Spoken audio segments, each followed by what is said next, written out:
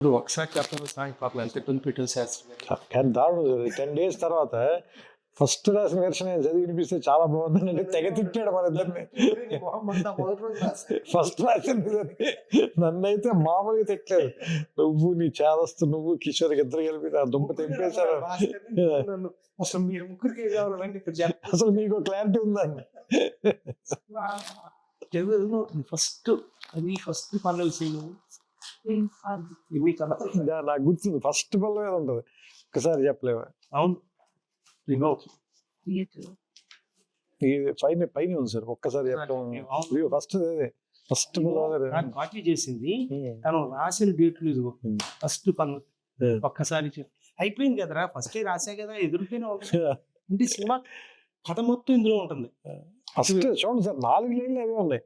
చెంత చేరి పంచుకో ఆశని శ్వాసని మన గుండె గుప్పెడంతా తన ఊహ ఉప్పినంత ఒదిగుండ మనకే ఒదిలేయమంటూ బతిమాలుతున్నవే. ఆ 4 lines వాడాం సినిమాలో కూడా.